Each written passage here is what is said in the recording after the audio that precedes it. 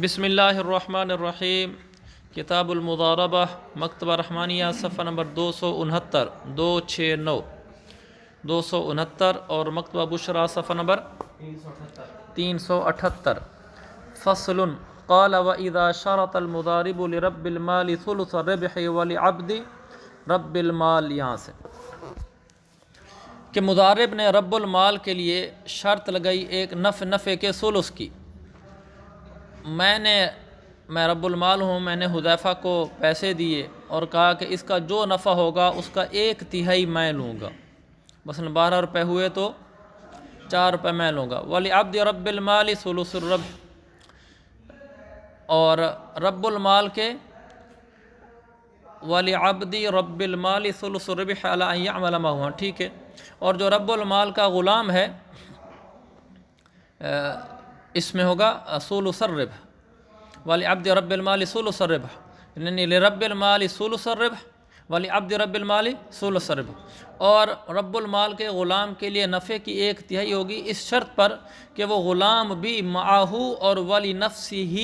ان دونوں کے اندر ہو ضمیر کا مرجع مضارب ہے، اس شرط پر کہ غلام اس مضارب کے ساتھ کام کرے گا اور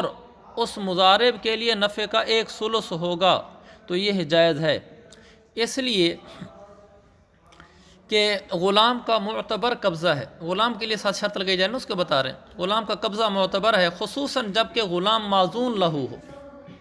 غلام معزون لہو ہو خاص طور پر، تو اس صورت میں اس کا قبضہ بالکل معتبر ہے۔ واشتراط العمل اذن لہو، اور عمل کی شرط لگانے کا مطلب یہ کہ غلام کو معزون لہو بنا دینا ہے،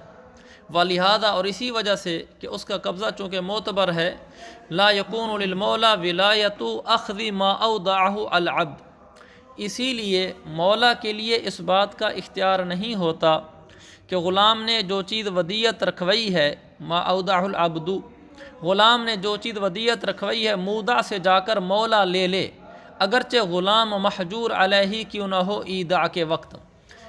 اس سے معلوم ہوا کہ پھر اس کا قبضہ معتبر ہوتا ہے کہ آقا بھی اس کی چیز نہیں جا کر اٹھوا سکتا، ولہذا وہی وجہ کہ اس کا قبضہ معتبر ہے، جب خاص طور پر جب کہ وہ عبد معزون ہو۔ یجوز بیع المولا من عبد المعزون، مولا کے لیے جائز ہے کہ اپنے عبد معزون کے ہاتھوں کوئی چیز بیچے، اور جب بات اس طرح ہے، یعنی کس طرح جو حکم پیچھے ہم نے بیان کر دیا ہے کہ قبضہ معتبر ہے غلام کا اور مولا کی بیع اس سے جائز ہے، لم یکن مانعا من التسلیم والتخلیۃ بین المال والمضارب، اس کا ترجمہ سننا ذرا اچھے طریقے سے۔ وَإِذَا كَانَ كَذَلِكَ، جب بات اس طرح ہے، لم یکن مانعا، تو اس عقد میں غلام کے لیے ثلث نفع کی شرط لگانا، غلام کے لیے ثلث نفع کی شرط لگانا، نیز مضارب کے ساتھ غلام کے کام کرنے کی شرط لگانا، یہ دونوں باتیں معنی نہیں ہوں گی۔ یہ لم یکن کا میں نے آپ کو فاعل بیان کیا ہے کہ اس عقد میں غلام کے لیے ثلث نفع کی شرط لگانا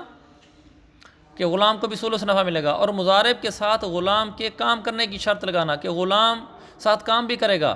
لم یکن مانعا من التسلیم والتخلیۃ بین المال والمضارب، یہ مال اور مضارب کے مابین تخلیہ سے معنی نہیں ہوگا۔ مال اور مضارب کے مابین ہم نے پیچھے کہا ہے کہ تخلیہ ہونا چاہیے، کہ مال مضارب کے حوالے کر دو اور مولا اور رب المال پیچھے ہٹ جائے۔ یہاں اگر چونکہ یہ شرط لگئی ہے کہ غلام بھی ساتھ کام کرے گا تو بھی یہ تخلیہ سے معنی نہیں ہے، برخلاف اس بات کے کہ کام کی شرط لگائی جائے رب المال کے اوپر، کیونکہ یہ تسلیم سے معنی ہے۔ اگر غلام کام کرے گا ساتھ تو یہ تسلیم سے معنی نہیں ہے، رب المال کام کرے گا تو یہ تسلیم سے معنی ہوگا۔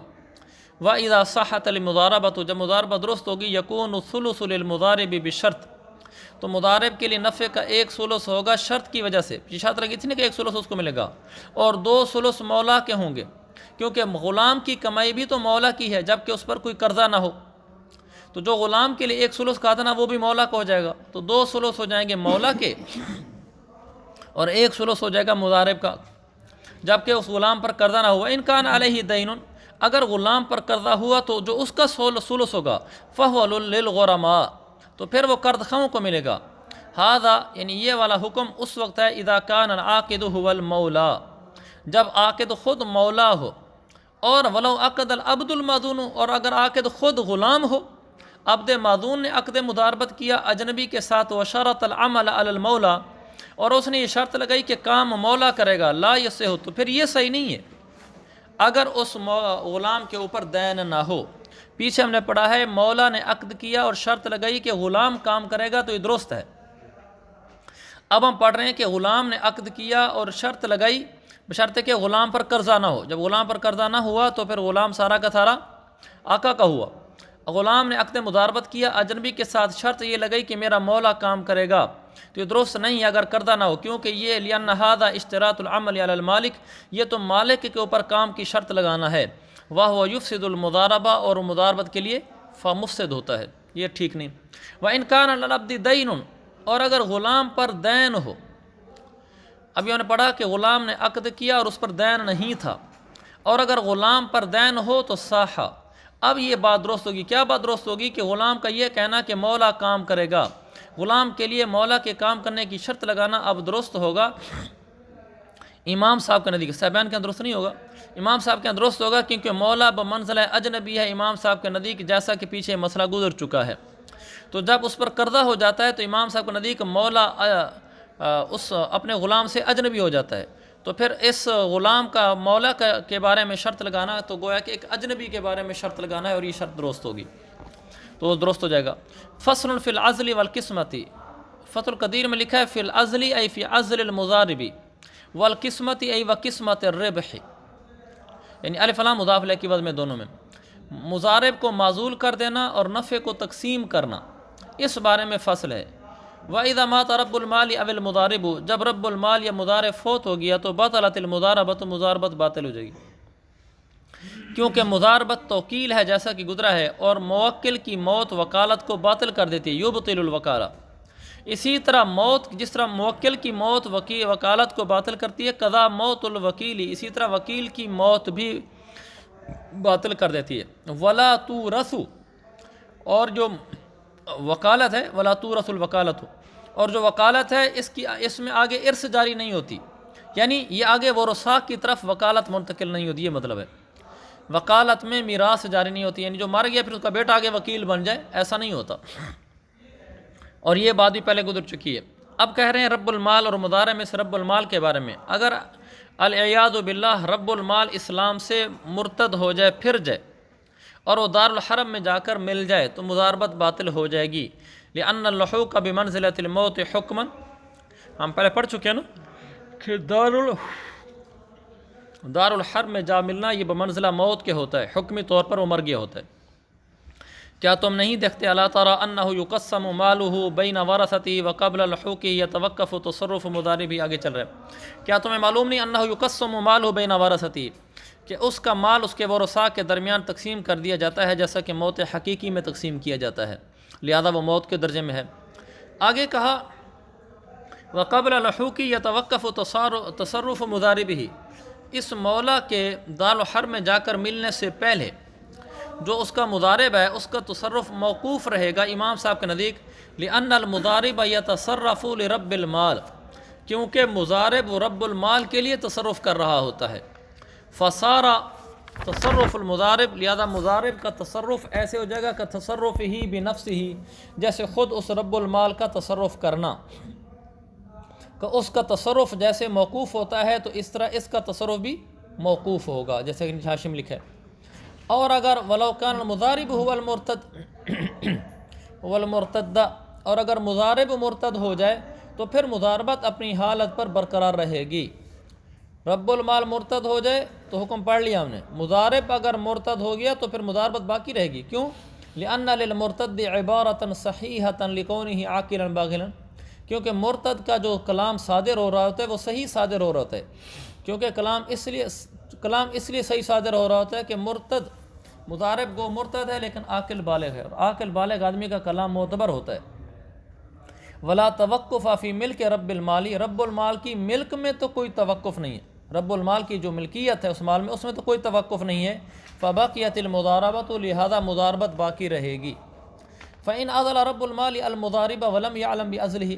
اگر رب المال نے مضارب کو معزول کر دیا اور مضارب کو اپنے معزول ہونے کا پتہ نہیں چلا یہاں تک کہ مضارب نے خرید و فروخت کر لی، تو اس کا تصرف جائز ہوگا، کیونکہ یہ اس کی طرف سے وکیل ہے، اور وکیل کو قصداً معزول کرنا وکیل کے علم پر موقوف ہوتا ہے۔ ایک ہوتا ہے وکیل کو حکماً معزول کرنا، وہ علیحدہ ہے، قصداً آپ نے اس کو وکیل کو معزول کیا تو اس کو معلوم ہونا چاہیے، یہاں اس کو چونکہ معلوم نہیں ہوا۔ اور اگر وَإِنْ عَلِمَ، وکیل کو پتہ چل گیا اپنی معزولی کا، اس حال میں کہ جو مال تھا وہ ابھی تک سامان کی شکل میں تھا، پیسے نہیں تھے، پھر بھی وکیل کو یعنی مضارب کو حق حاصل ہے کہ ان کو بیچے۔ دیکھو رب المال نے مضارب کو کہہ دیا کہ میں نے تجھے معزول کر دیا، حالانکہ مضارب ابھی سیب خرید کر لایا ہے، اس نے یہ بیچنا ہے، بیچے گا تو نفع ظاہر ہوگا نا، پھر آپس میں تقسیم ہوگا۔ اس نے کہا میں نے معزول کیا تو وہ بے شک معزول ہو گئے، لیکن یہ سامان بیچے گا، سامان بیچے گا، روپے پیسے بن جائیں گے۔ اب روپے پیسے بنیں گے تو دیکھا جائے گا کہ کل سرمایہ کتنا دیا تھا رب المال نے، اب ہمارے پاس ہاتھ میں کتنا آیا ہے، وہ اپنا نفع اٹھا لے گا، اب معزولی ہوگی۔ یہ نہیں کہ معزول کرتے ہی بس سیب چھوڑ کے وہ چلا جائے، ایسا نہیں ہوگا۔ اس کو پتہ بھی چل گیا اپنے معزول ہونے کا، اور مال ابھی تک سامان تھا، تو اب بھی مضارب کو حق حاصل ان کو بیچے۔ ولا يمنع المضارب العزل من ذلك اي البيع، تو مضارب کو اس بیع سے معزول کرنا کوئی معنی نہیں ہے۔ لا يمنع العزل من ذلك،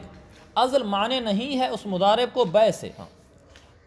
عزل جو ہے اس کو بیع کرنے سے روکے گا نہیں، وہ بیع کر سکتا ہے، کیونکہ اس کا حق ثابت ہو چکا نفع میں، اور اس کا حق ظاہر ہوگا تقسیم کے ذریعے سے، اور تقسیم کا دار و مدار ہوتا ہے راس المال کی جدائی کے اوپر، اللہ تنجیز راس المال، کہ راس المال جدا کر کے دیکھو بھی ٹوٹل اتنا تھا راس المال، اب اس میں سے نفع اتنا ہے الگ کر لو۔ وَإِنَّمَا يَنِضُّ بِالْبَيْعِ، اور راس المال نقدی کی شکل میں آئے گا بیع سے، يَنِضُّ نقدی کی شکل میں آئے گا۔ تو یہ ایک اصطلاح ہے جس کو انگریزی میں لیکویڈیشن کہتے ہیں، لیکویڈ سے لیکویڈیشن، اور عربی میں تنغیز کہتے ہیں، اردو میں نقدی میں بدلنا، کہ سامان نقدی میں بدلو گے پھر پتہ چلے گا نفع کتنا ہوا ہے کتنا نہیں ہوا۔ پھر یہ جائز نہیں ہے کہ وہ اس کی ثمن سے کوئی اور چیز خریدے، یعنی سیب بیچ کر پیسے لے لیے، یہاں تک تو اجازت تھی، پھر اس ثمن سے آگے کچھ اور خریدے، یہ جائز نہیں ہوگا، کیونکہ عزل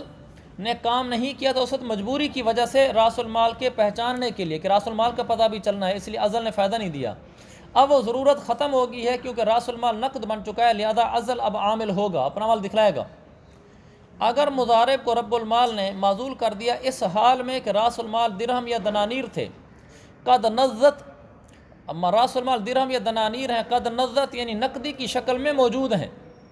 لم یجوز لہ یتصرف فیہا، اب مضارب ان میں تصرف نہیں کر سکتا، کیونکہ لأنہ لیس فی اعمال عزلہ، اب اس کے معزول ہونے کے اندر عمل کو ثابت کر دیا جائے، یعنی اس کو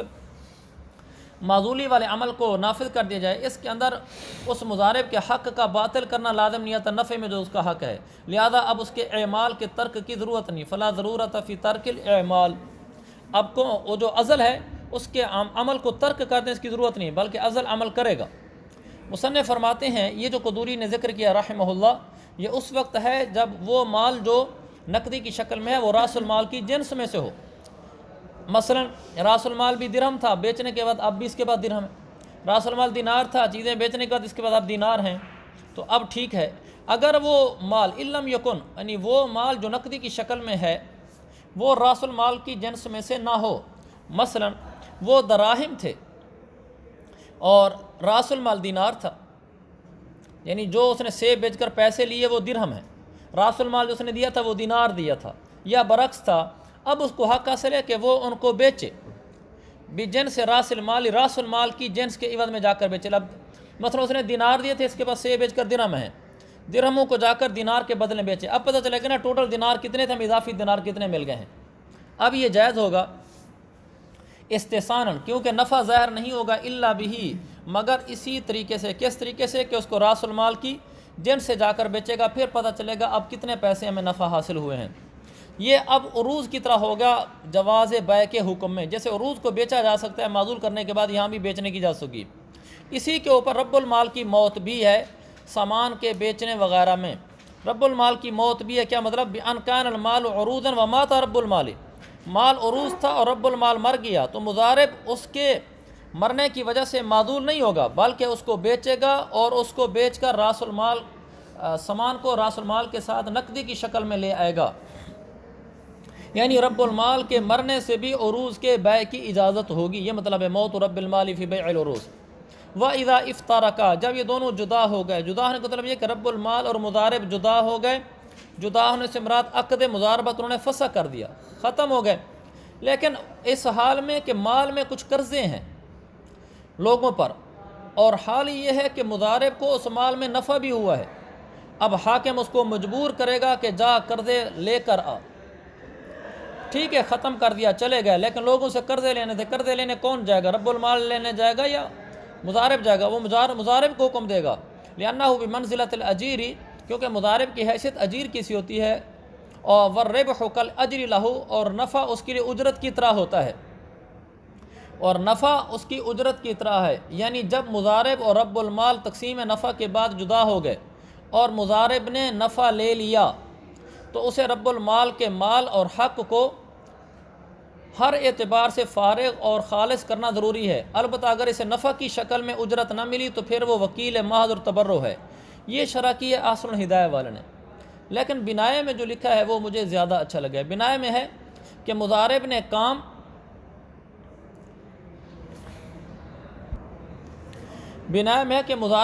کام کیا، عمل کیا ہے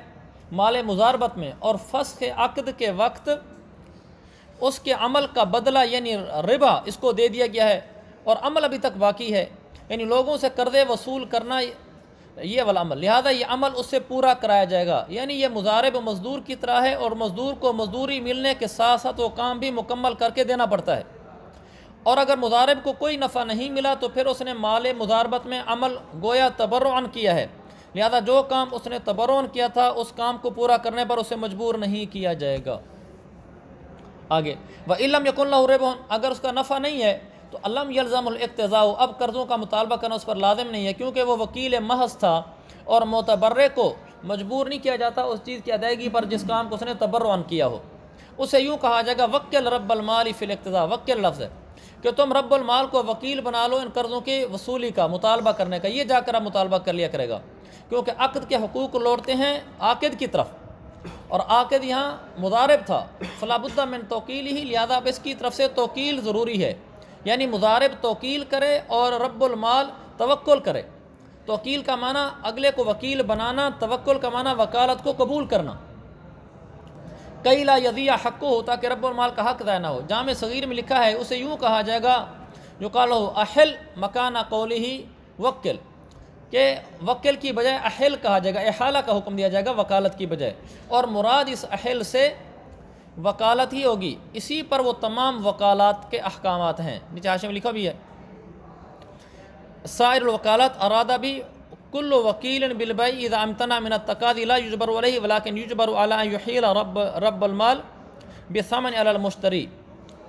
اچھا، والبیاع والسمسار یجبران علی التقاضی، بیاع اور سمسار دونوں کا معنی دلال، بیاع اور سمسار دونوں کا مطلب ہوتا ہے دلال۔ دلال کا مطلب اجرت پر لوگوں کا سامان بکوانے والا، بھی میں سامان بکوا دوں گا، میں بھی پیسے لوں گا درمیان میں، اس کو دلال کہتے ہیں۔ جیسے یہ پراپرٹی ڈیلر والے ہوتے ہیں، یہ جو ہیں ان کو مجبور کیا جائے گا تقاضی پر، کیونکہ یہ دونوں عام طور پر اجرت کے عوض کام کرتے ہیں۔ اگر انہوں نے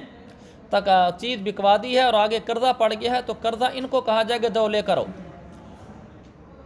اور مضاربت کے مال میں سے جو مال ہلاک ہو جائے وہ نفع میں سے ہلاک ہوگا، راس المال میں سے نہیں ہوگا۔ لاکھ روپے کا سامان لے کر رکھا ہوا تھا اور اس میں سے 20,000 روپے کا مال ہلاک ہو گیا تو وہ راس النفع میں سے ہلاک ہوگا، یعنی لاکھ روپے کا سامان تھا، پھر وہ بکتے بکتے 1,20,000 کا ہو گیا، سامان بڑھ گیا تھا، 1,20,000 کا سامان ہوا پڑا تھا کہ 20,000 کا سامان ضائع ہو گیا، چوری ہو گئی یا بجلی لگ گئی، کچھ ہو گیا، وہ جو ضائع ہوا نا وہ نفع میں سے ضائع ہوگا، یعنی وہ 1,00,000 نفع کے ساتھ 1,20,000 بن گیا تھا، وہ 20,000 کا جو سامان ضائع ہوا ہے سمجھو وہ نفع ضائع ہو گیا بس، یعنی گویا کہ رب المال مضارب کو کچھ بھی نہیں دے گا، راس المال میں سے ضائع نہیں ہوگا، یعنی مضارب یہ نہیں کہے گا بھائی 20 روپے تیرے ضائع ہوئے ہیں، اوپر والے جو 20 ہیں ہم اس کا تقسیم کریں گے نفع آپس میں، کیونکہ نفع تابع ہوتا ہے اور ہلاکت کو اس چیز کی طرف پھیرا جاتا ہے جو تابع ہو، یہ بہتر ہے، جیسا کہ ہلاک کو پھیرا جاتا ہے عفو کی طرف زکوٰۃ میں۔ زکوٰۃ میں 2 نصابوں کے درمیان کی جو مقدار ہوتی ہے، جیسے 6 سے لے کر 9 تک اونٹ، یہ عفو ہوتا ہے، اور ہلاکت کو زکوٰۃ کے اندر عفو کی طرف پھیرا جاتا ہے۔ فَإِنْ زَادَ الْحَالِكُ عَلَى الرِّبْحِ، اگر ہلاک ہونے والا زیادہ ہو گیا نفع کے اوپر، فَلَا ضَمَانَ عَلَى الْمُضَارِبِ، تو مضارب پر کوئی ضمان نہیں ہوگا۔ مثلا 1,00,000 والا سامان 1,20,000 کا ہو گیا تھا، اگر وہ 20 روپے اوپر 20,000 روپے کا سامان ضائع ہوا تو وہ نفع میں سے ضائع ہو گیا، لیکن اگر وہ نفع سے بھی زیادہ ہو گیا، 30,000 کا سامان ضائع ہو گیا، نفع بھی کراس کر گیا، تو مضارع پر کوئی ضمان نہیں ہوگا۔ یہ نہیں کہ رب المال مجھے تو 1,00,000 پورا کر کے دے، وہ نہیں، لأنہ امین فلا یکون ضمینا، کیونکہ وہ امین ہوتا ہے مضارع، اس کو ضامن نہیں بنایا جائے گا۔ وَإِنْ كَانَ يَقْتَسِمَانِ الرِّبْحَ وَالْمُضَارَبَةُ بِحَالِهَا، تو ہونا تو یہ چاہیے تھا کہ جب آخر میں مضاربت ختم ہو اس وقت دیکھیں اب ہمیں کتنا نفع ہو پڑا ہے، درمیان میں کوئی چیز ضائع ہوئی ہے، ہلاک ہوئی ہے، تو اس کو نفع میں سے کاٹ دیں، آخر میں جتنا بچ جائے اب دیکھیں راس المال کتنا تھا، نفع کتنا بچا پڑا ہے، تقسیم کر لیں۔ لیکن اگر وہ کاروبار کے دوران نفع بھی اٹھاتے رہے، نفع تقسیم کرتے رہے، اگر وہ نفع تقسیم کرتے رہے رب المال اور مضارب، اور مضاربت ابھی تک باقی تھی، ختم نہیں ہوئی تھی، چل رہی تھی، مثلا سال بعد مضاربت ختم ہونی تھی، درمیان میں نفع اٹھاتے رہے دونوں، ثم ہلاک المال بعضہ او کلہ، پھر مال پورا ہلاک ہو گیا یا کچھ ہلاک ہو گیا، تراد الربح، پھر وہ اپنے نفع واپس کریں گے، بھی تم اب تک جتنے اٹھا چکے ہو واپس رکھو دکان میں جتنے اٹھا چکا ہوں میں بھی واپس رکھتا ہوں، حتیٰ یستوفی رب المال راس المال، یہاں تک کہ رب المال پہلے اپنا راس المال پورا وصول کر لے، کیونکہ نفع کی تقسیم وہ درست نہیں ہوتی راس المال کو وصول کرنے سے پہلے راس المال اٹھایا جاتا ہے پھر نفع ہوتا ہے، کیونکہ راس المال ہی اصل ہے، اور یہ نفع اس کی بنیاد اسی راس المال کے اوپر ہوتی ہے اور یہ اس کے تابع ہوتا ہے۔ جب وہ چیز ہلاک ہو جائے جو مضارب کے قبضے میں امانتاً تھی، ہلاک ہوگی، تو ظاہر ہو گیا کہ جو چیز انہوں نے وصول کیا ہے رب المال اور مضارب نے، وہ راس المال میں سے تھا، یعنی راس المال میں سے پیسے اٹھا کے کھاتے رہے، تو اب واپس کرو تاکہ وہ اپنا رب المال اپنا راس المال تو پورا کرے، لہذا مضارب ضامن ہوگا ان پیسوں کا جو وہ وصول کر چکا ہے، لأنہ اخذہ لنفسی، اس لیے کہ اس نے یہ پیسے تو اپنی ذات کے لیے اٹھائے تھے، وما اخذہ رب المال، اور رب المال نے جو اٹھایا تھا محسوبا من راس مالی، اس کے راس المال میں سے شمار کیا جائے گا، اب اتنے تو اٹھا چکا ہے، اتنا راس المال تیرا آ چکا ہے بس، ہاں مضارب نے اٹھائے تھے اس کو واپس دلائے جائیں گے، رب المال سے کہا جائے گا اتنے تو اٹھا چکا ہے، کچھ وہ ہو گئے، باقی کچھ بچے پڑے ہیں اور کچھ مضارب نے واپس دیے ہیں، اب تیرا راس المال پورا ہو گیا، اب لے جا۔ اچھا، فَإِذَا اسْتَوْفَى رَأْسَ الْمَالِ، رب المال نے جب راس المال پورا لے لیا، فَإِنْ فَضُلَ شَيْءٌ بَعْدَ الْاِسْتِفَاءِ، اب وصولی کے بعد اگر کچھ اب بچ جاتا ہے، اب ان دونوں کے درمیان تقسیم ہوگا کیونکہ یہ نفع ہے، اور اگر کم ہو جاتا ہے تو مضارب پر کوئی ضمان نہیں ہوگا، یہ نہیں کہا جائے گا میرا راس المال پورا نہیں ہو رہا، پورا کر کے دے، وجہ ہم نے بیان کر دیا لأنہ امین، اگر انہیں نفع تقسیم کر دیا اور مضاربت فسخ کر دی، پھر دوسرا نیا عقد کیا، پہلا مضاربت ختم، پھر مال ہلاک ہو گیا، تو اب پہلا نفع واپس نہیں کریں گے، پہلے ایک مضاربت کی تھی وہ کاروبار ختم ہو گیا، نفع بھی کر لیے، پھر ایک نیا عقد مضاربت کو کیا، اس میں نقصان ہو گیا تو پچھلے نفع واپس نہیں کرائیں گے، کیونکہ مضاربت اولا تو ختم ہو گئی تھی، اور مضاربت ثانیہ نیا عقد ہے، مال کا دوسرے میں ہلاک ہو جانا یہ پہلے کے عقد کے ٹوٹنے کا موجب تو نہیں ہے، یہ ایسے جیسے اس کو ایک اور مال اس نے دے دیا، دوسرا مال دینے کا پچھلے مال کے دینے کے ساتھ کوئی تعلق نہیں ہوتا،